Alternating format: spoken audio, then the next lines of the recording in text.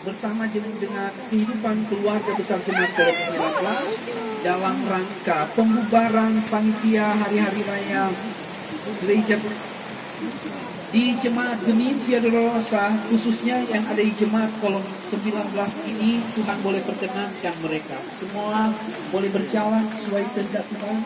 Maka biarlah di tempat ini ada pujian dan doa dan firman yang tidak kami baca, kami renungkan, menjadi pujian bagi kami semua. Dalam nama Yesus kami berdoa. Amin.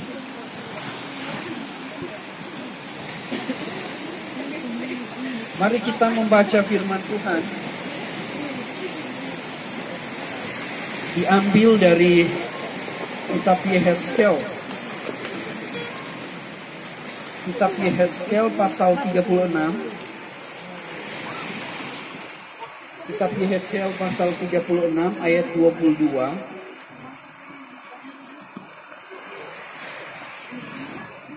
Sampai dengan ayat yang ke-32. Yehezkel pasal 36 ayat 22 sampai 32. Begini firman Tuhan katakan. Oleh karena itu, katakanlah kepada kaum Israel, beginilah firman Tuhan Allah. Bukan karena kamu aku bertindak, hai kaum Israel, tetapi karena namaku yang kudus, yang kamu najiskan di tengah bangsa-bangsa di mana kamu datang. Aku akan menguduskan namaku yang besar, yang sudah dinajiskan di tengah bangsa-bangsa dan yang kamu najiskan di tengah-tengah mereka. Dan bangsa-bangsa akan mengetahui bahwa akulah Tuhan. Demikianlah firman Tuhan Allah. Manakala aku menunjukkan kekudusanku kepadamu di hadapan bangsa-bangsa, aku akan menjemput kamu dari antara bangsa-bangsa dan mengumpulkan kamu dari semua negeri dan akan membawa kamu kembali ke tanah. Aku akan mencurahkan kepadamu air jernih yang akan mentahirkan kamu dari segala kenajisanmu dan dari semua berhala-berhalamu. Aku akan mentahirkan kamu. Kamu akan kuberikan hati yang baru dan roh yang baru di dalam batinmu. Dan aku akan menjauhkan dari tubuhmu hati yang keras dan kuberikan kepadamu hati yang kuat, hati yang taat. Rohku akan kuberikan diam di dalam batinmu, dan aku akan membuat kamu hidup menurut segala ketetapanku dan tetap berpegang pada peraturan-peraturanku dan melakukannya. Dan kamu akan diam di dalam negeri yang telah kuberikan kepada nenek moyangmu, dan kamu akan menjadi umatku dan aku menjadi Allahmu. Aku akan melepaskan kamu dari segala dosa kenajisanmu, dan aku akan menumbuhkan gandum serta memperbanyaknya, dan aku tidak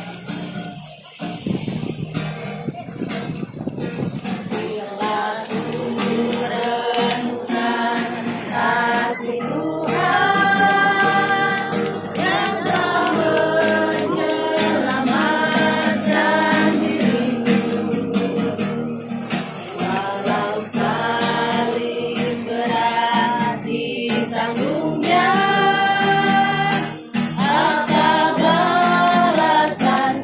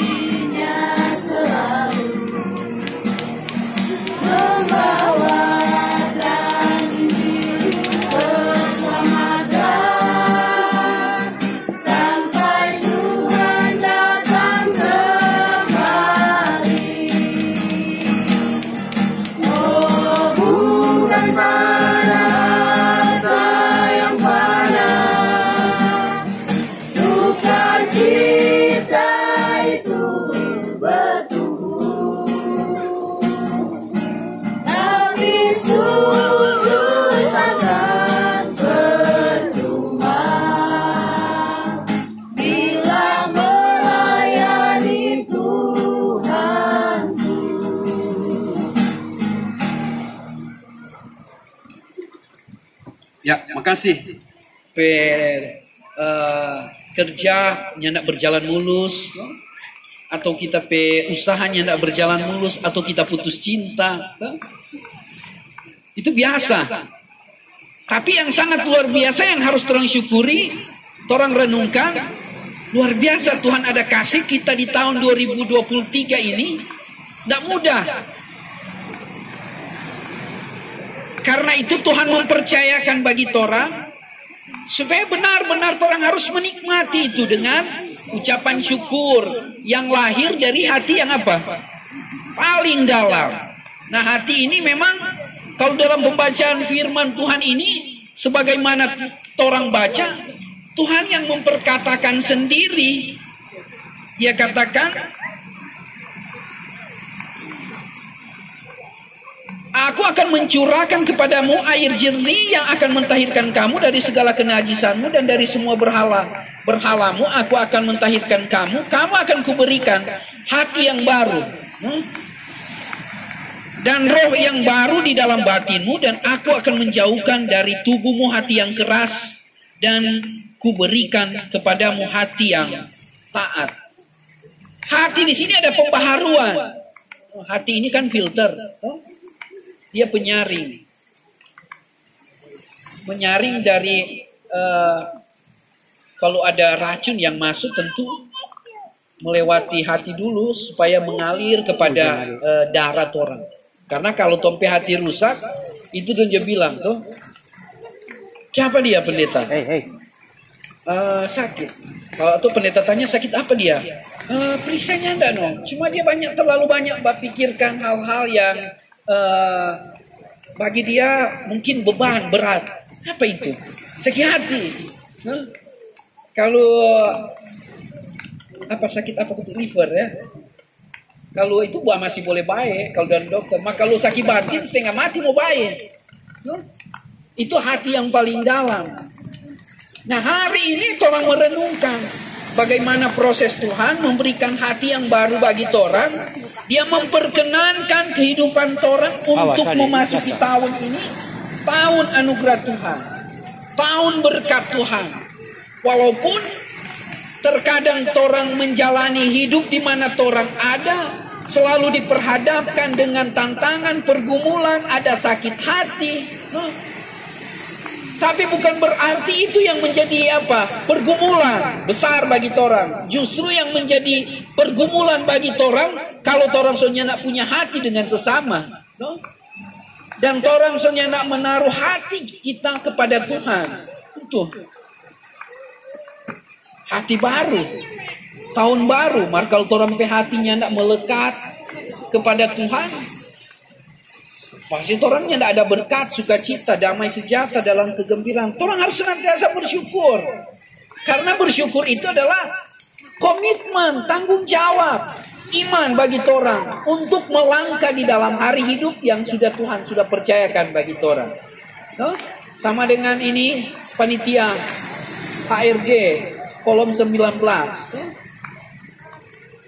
Datang di tempat ini dalam rangka mau mensyukuri akan pertolongan Tuhan, di mana boleh dipercayakan sebagai panitia yang ada di jemaat kolom 19, dan semua boleh sukses.